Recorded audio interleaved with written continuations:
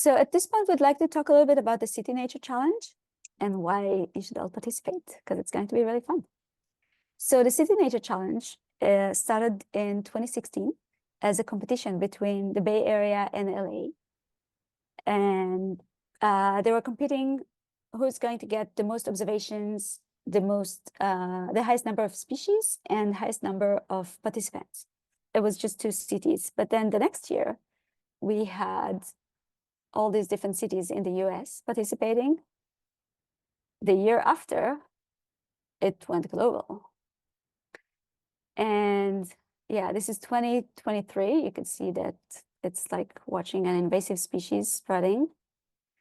And this is the data from all the years that we had the event.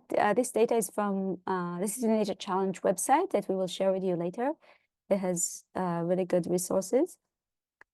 So yeah, you could see that there are hundreds of cities participating now, and it's amazing to see the number of observations that people make, and while finding all sorts of really interesting discoveries.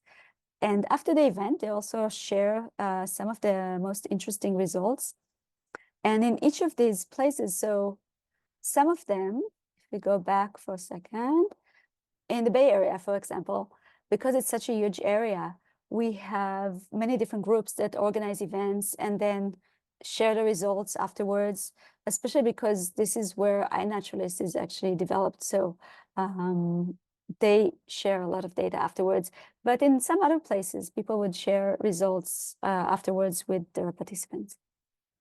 And I'd like to share this amazing graph here showing the number of observations on iNaturalist every year, and this brilliant peak during the City Nature Challenge every year. So it's just basically a really fun event. It's a great excuse to go out and try and document things. We always organize lots of events during the City Nature Challenge, as do other groups in the area. But in addition to all these events, it's just about, going out and trying to figure out how many things can you see? How many things can you notice? Even if you're not on a BioBlitz, even if you're just in your backyard, what can you document? How can you add to this huge database of knowledge? So what can you do? You can join the global and local project. So our local project for the City Nature Challenge in San Francisco Bay Area is this one. We'll share all these links later. And then there's a global project that you could join as well. You could make your observations between these dates, between April 26th and April 29th. So it's that long weekend, Friday to Monday. And you can upload your observations until May 5th. Okay, afterwards it won't count for this. All the observations will be added automatically to local projects, even if you haven't joined any of these projects.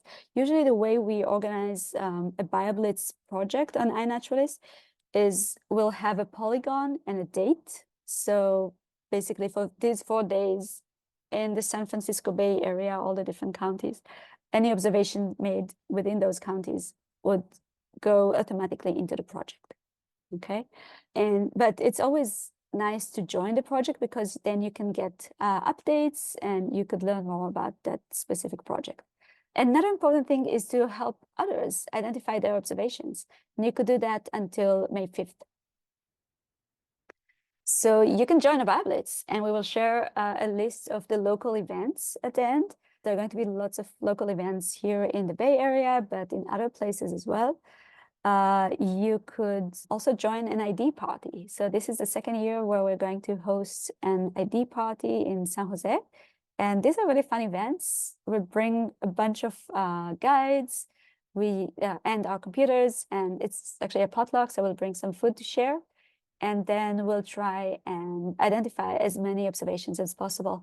And you don't need to be an expert in order to participate in one of these events, because even if you just sort all sorts of unknown observations, so people sometimes don't add any ID to their observation.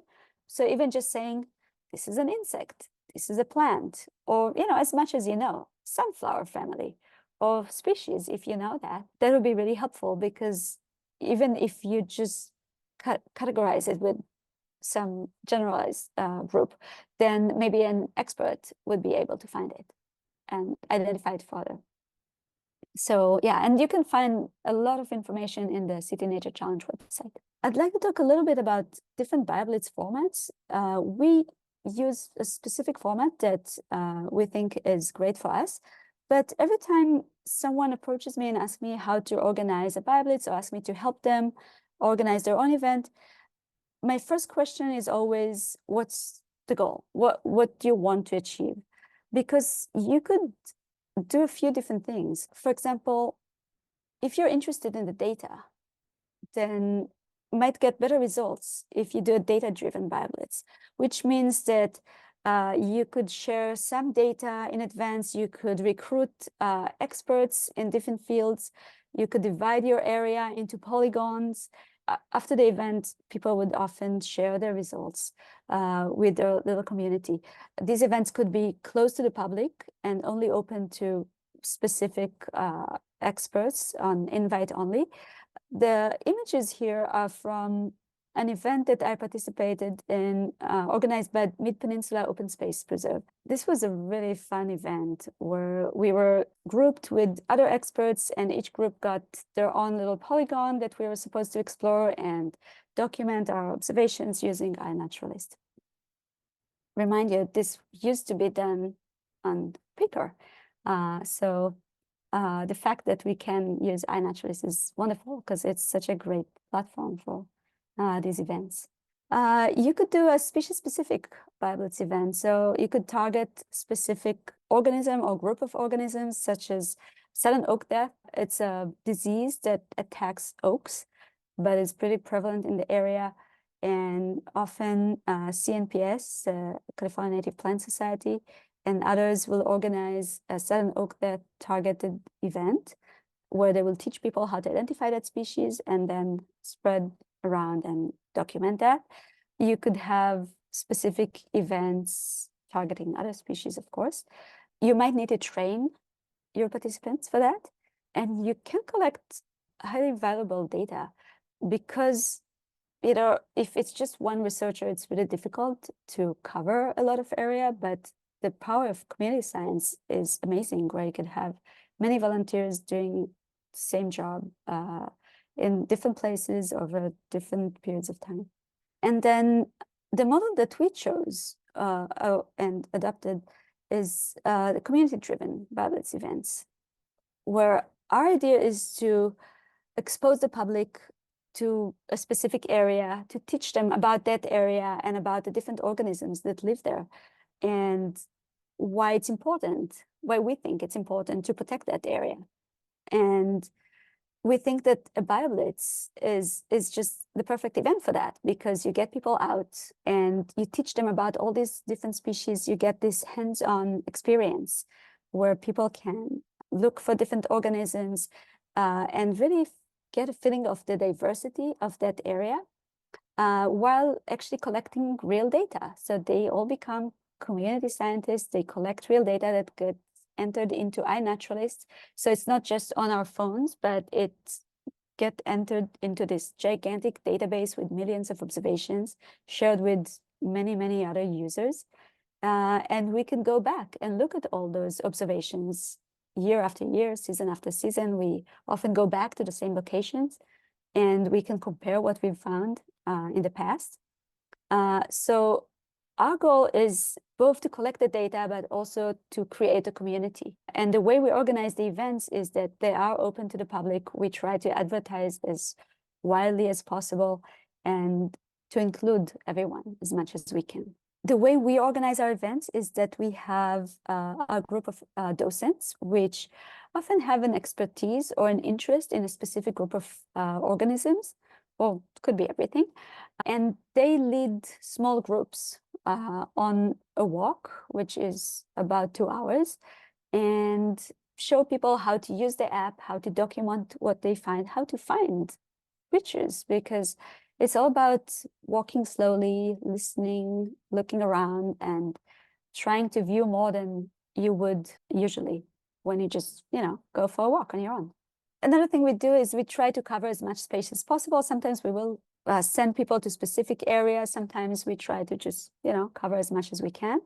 And after the event, we share our insights, and we'll talk about that a little bit later. I'm going to talk about how to host a BioBlitz, because one of the things our organization does really, really well is we know how to organize events. So to get started, we have a little checklist. And within that checklist, we create an iNaturalist project. So Merav will do that. And sometimes we need funding to do it if we're going to go out as an organization, and that helps to pay our staff. You can get grants from, for example, Valley Water if you're in San Jose, or maybe a business would be willing to sponsor your event if you find that you want to pay for advertising, or you have a space that you need to rent, maybe a park needs a permit. And that gets me to apply for permits if needed, which I'll talk about a little bit more. We also go about inviting our participants, including our docents, for those community events. And one of the questions that was posed by Brian was conducting outreach. How do we do that? And I'll get to that in a moment. Then we host the event. And then finally, we have post-event activities. And you can see on the right that this is our upcoming event on April 28th. And we have flyers and other social media, but at the bottom, you can see that we use a QR code. And those we found have been really great at helping to get people to register when we're hosting other events. And then you can also see a number of partners that we have at the bottom. So that's another thing that I'll talk a little bit more about as well, is just partnering with some other organizations. So once we've decided on a place that we want to go to, some parks require a permit. And to do that, we typically apply 4 to 6 weeks in advance for the city of San Jose or Santa Clara County Parks. And sometimes they request a fee for that, which can be small, $100 or $250, depending on where we're going. So I just wanted to make people aware of that, because it is something that you may have to do if you're going to host an event, especially if it's one that you're going to charge a fee for. But if you're just going to go out with a group of friends, you don't need to get a permit. You can just show up to a place and enjoy it. We happen to also partner with some of these agencies, such as the Santa Clara County Parks, and they help with the promotion. So to get the word out, we use a lot of different methods. We use social media, like most people, where we post a Facebook event and also share it in some of the groups that we participate in. There's a naturalist group. I went to West Valley College to get to learn more about interpretation. So I post our events on that group. We also have used Meetup and Nextdoor for some of them.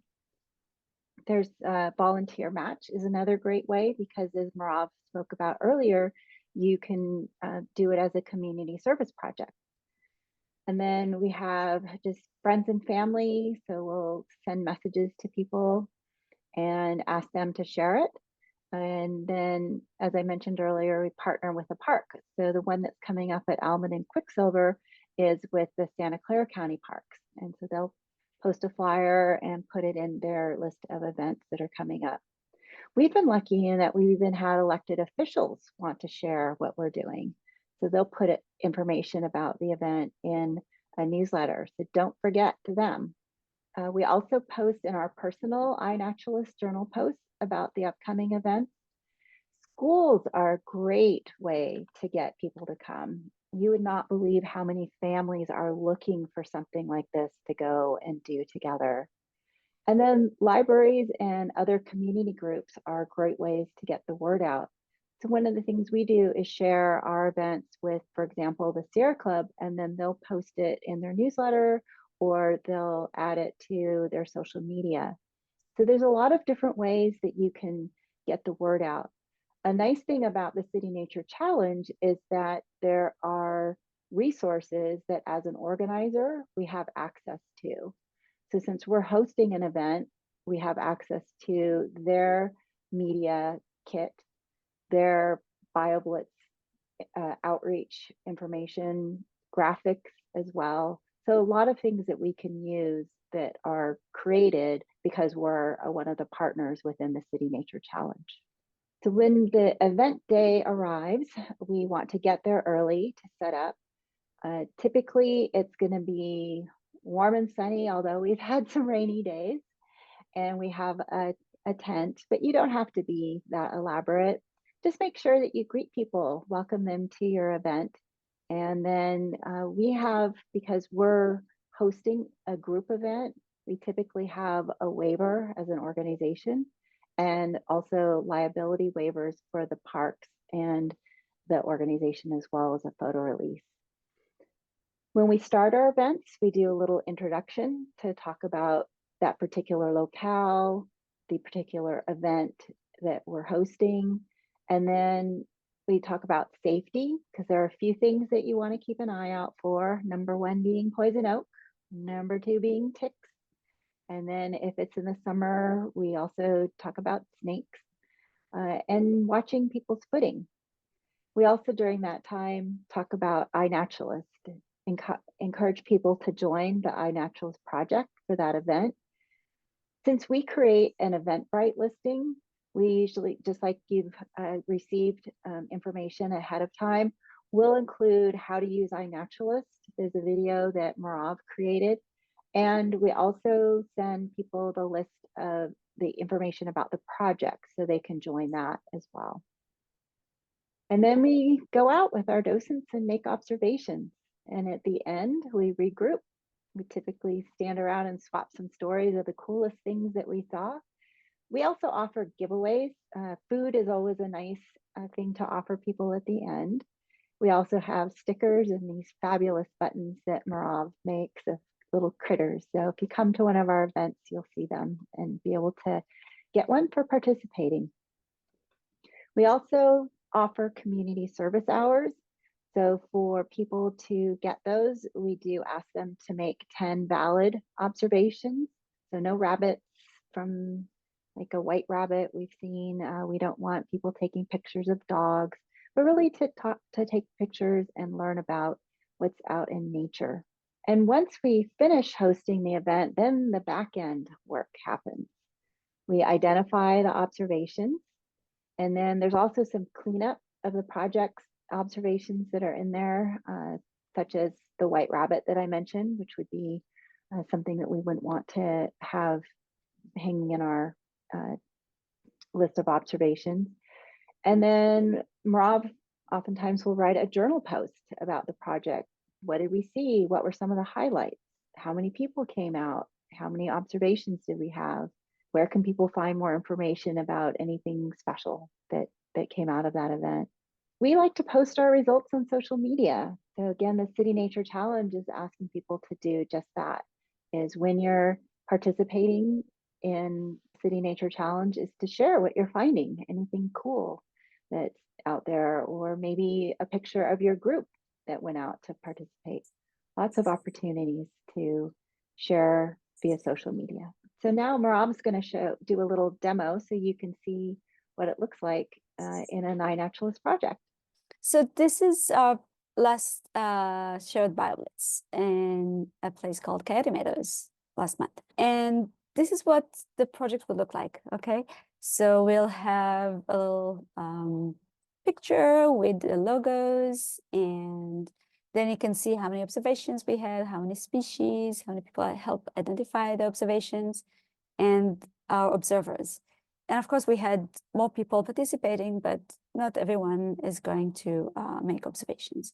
Then you have this little area here, and this is my favorite, actually, the map, where you can see how well we covered the area. You can't actually reach every spot on your site, but still pretty interesting.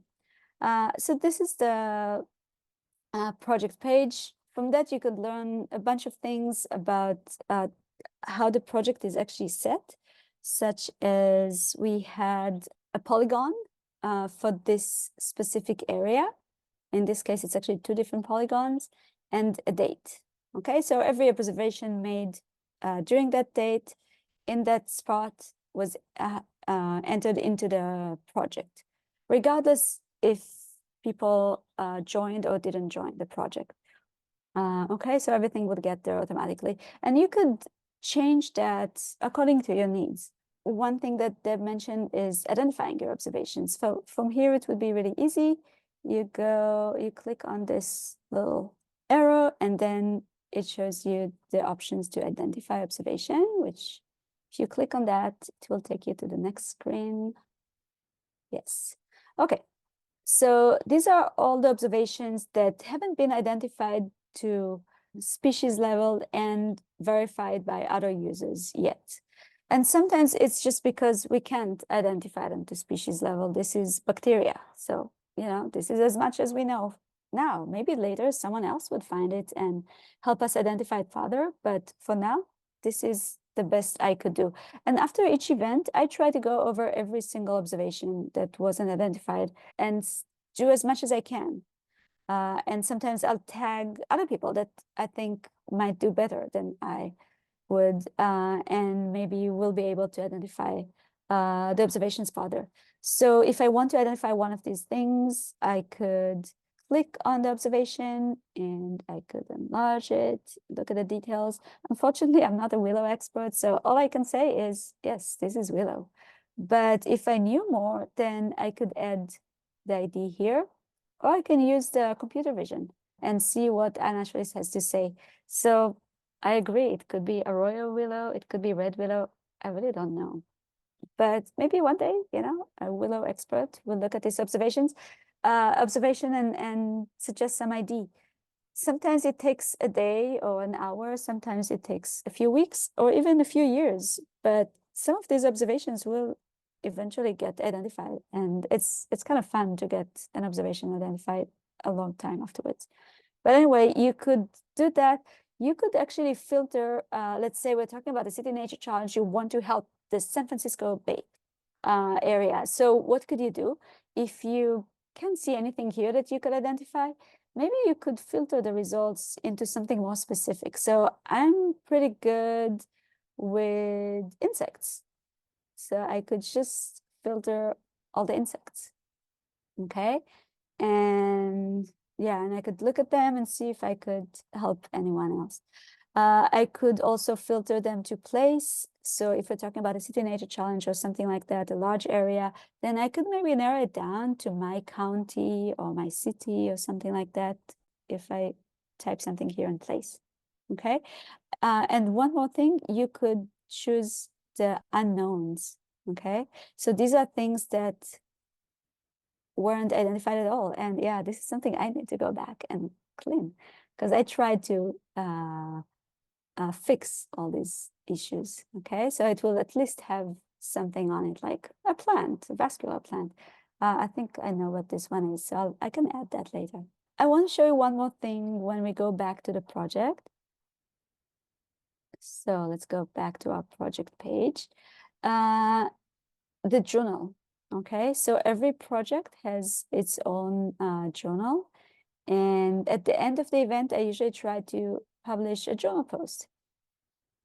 So this is my journal post with BioBlitz results. This is what we found. We saw some interesting birds. We saw some interesting bugs. We saw this and that. And we also share that with our participants. But everyone who joined the project will get a notification on iNaturalist about this journal post. And you could add more journal posts. So depending on your project, people would sometimes write a lot of journal posts. It's a good way to communicate with the people that care about this project. Let's say I'm going back to Coyote Meadows and I want to target, these 22 people that signed up for this, joined this project. I can write a new journal post, just saying, oh, we have a new BioBlitz here, next month, please join us, blah, blah, here's the information. So joining a project is pretty useful for that. Well, thanks for going over that. Hopefully people will get a good sense of how to use a project and how to help with identification. So even if you can't come out for one of the events that we'll show you in a moment, we hope that you can help with identification, as Merav said. And it's just really fascinating to see what people find from all over. So let's talk a little bit about ways to connect with other groups. So through Cal Academy, we had the website earlier, you can find or add your event. So if you on the next week are going to create an event, let Cal Academy know. And then there's the Global City Nature Challenge website to see what's happening around the world. So if you're in a different locale or you know friends who live in other countries, you can let them know that they can participate and go to the City Nature Challenge website to find a location that they can participate in as a project, or they can just go out there and do it themselves. And as Merav said, it will automatically be added for those dates that they're automatically added to the City Nature Challenge for the dates in which the observations were made. A couple of other examples are the Sierra Club or Audubon Society or the California Native Plant Society. Those are all great organizations that we partner with, but you can also see if they have events, or in the future, just to create a BioBlitz event, you can contact your local ones and see if they're interested in partnering with you. And something that I heard when I was on the City Nature Challenge Bay Area call a couple of weeks ago was that the San Francisco libraries, a number of them were also going to be hosting BioBlitz events right in the library parks, the parks next to the libraries, which I thought was a really keen idea. The other thing is there's the SciStarter, which is a US list of different organizations that also participate in BioBlitz. So there's lots of ways that you can either create your own, or if you want to partner with someone else and tell them it's a great idea, like Merav with the Audubon Society is like, hey, this is a great idea. Would you like to do it with us?